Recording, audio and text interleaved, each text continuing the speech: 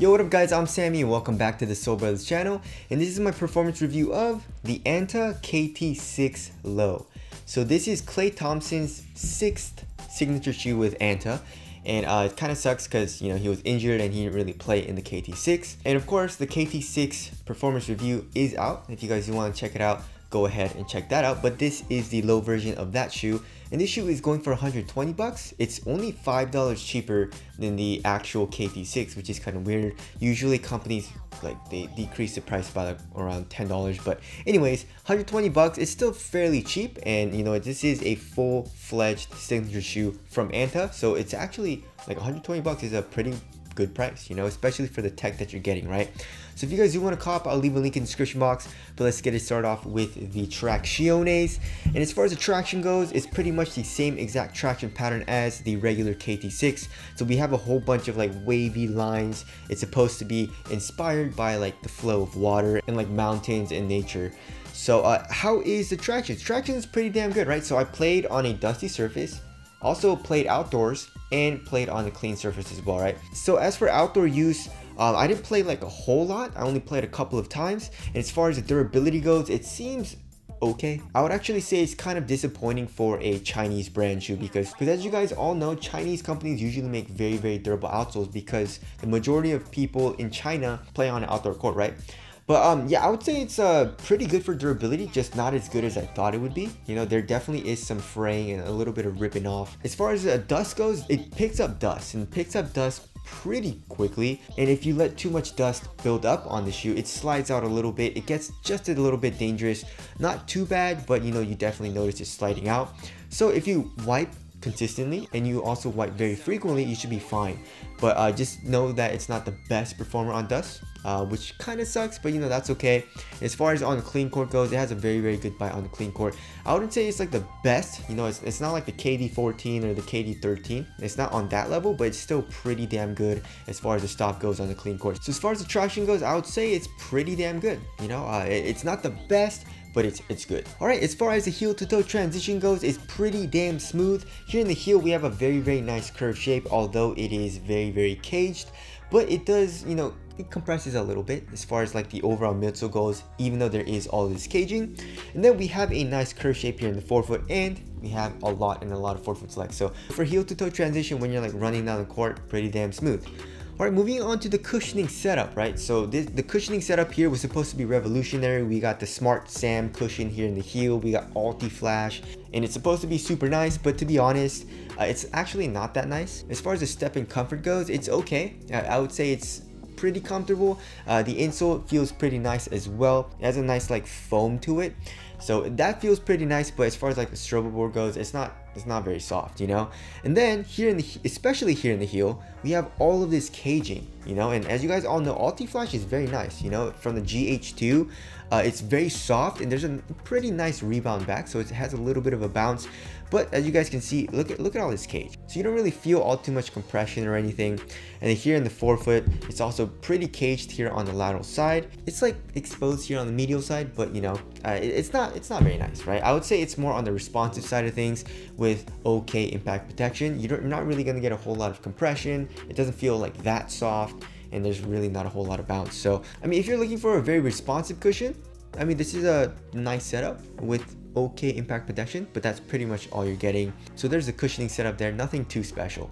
Alright, moving on to the materials, right? So the materials, we have a mesh material. It's very airy, and it's very spaced out, which is a good thing. So it's an extremely thin material. I cannot believe how thin this material is, especially here in the toe box, but it stays extremely thin throughout this entire upper until we get here into the ankle area, right?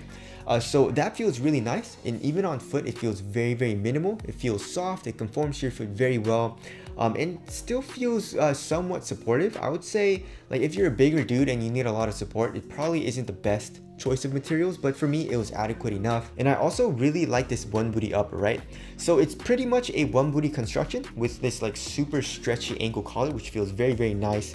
But we have this mesh material with this lacing system that goes over that, so putting the shoe on and lacing it up is extremely easy. And then for the tongue, there's really no padding. It's more just a mesh material with very good ventilation.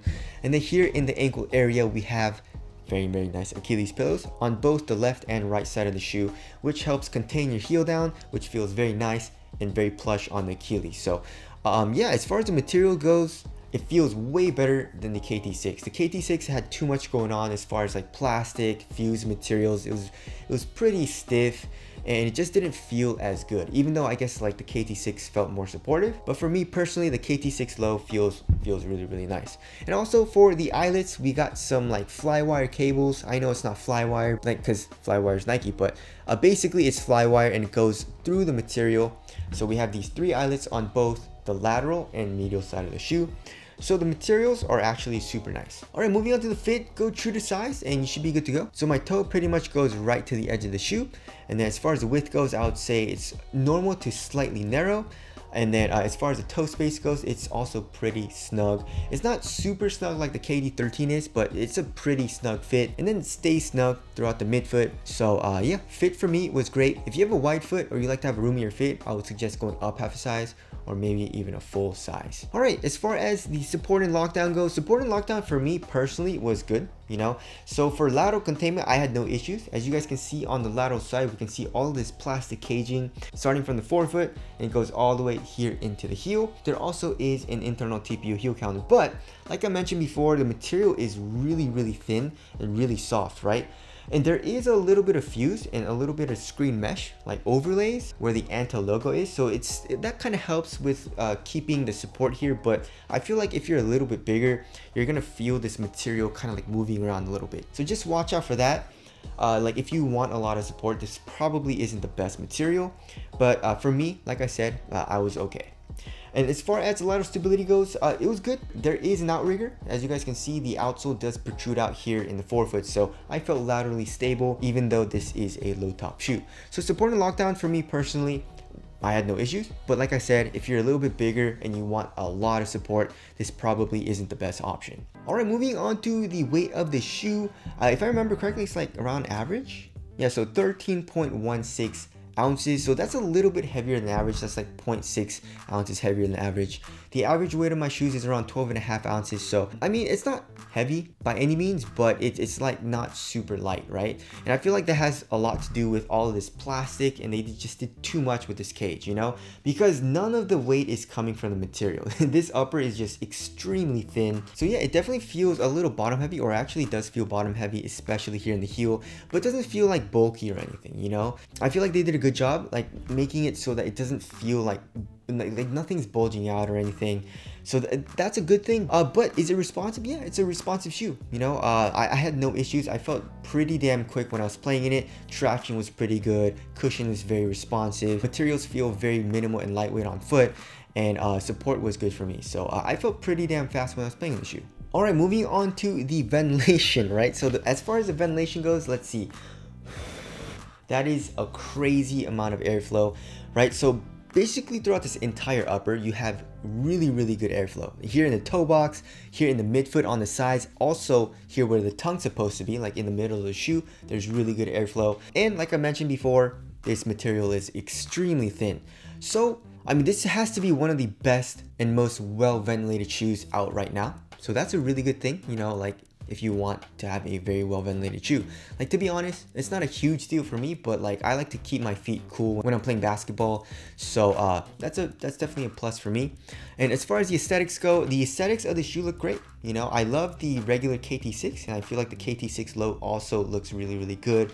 The colorways that have come up also look really good. So tell us what you guys think of the aesthetics down in the comment section below. So wrapping things up, this is a great performer. It's definitely a solid performer, and you're getting really good tech and very good quality for the price, right? So 120 bucks is probably gonna go on sale as well, probably down to like 110, even like 100 bucks. I definitely don't think it's as good as the KT5 low, because I mean, I just like the knit upper better in the KT5 low, and the cushion was way better. It was a lot softer and didn't really have a whole lot of caging, you know.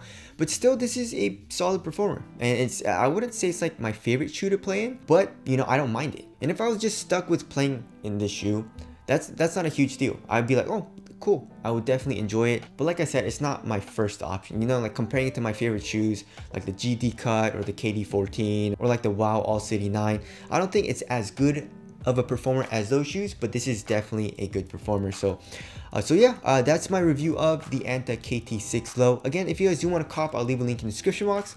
But that's it. Thank you guys for watching, and I'll see you guys in the next one.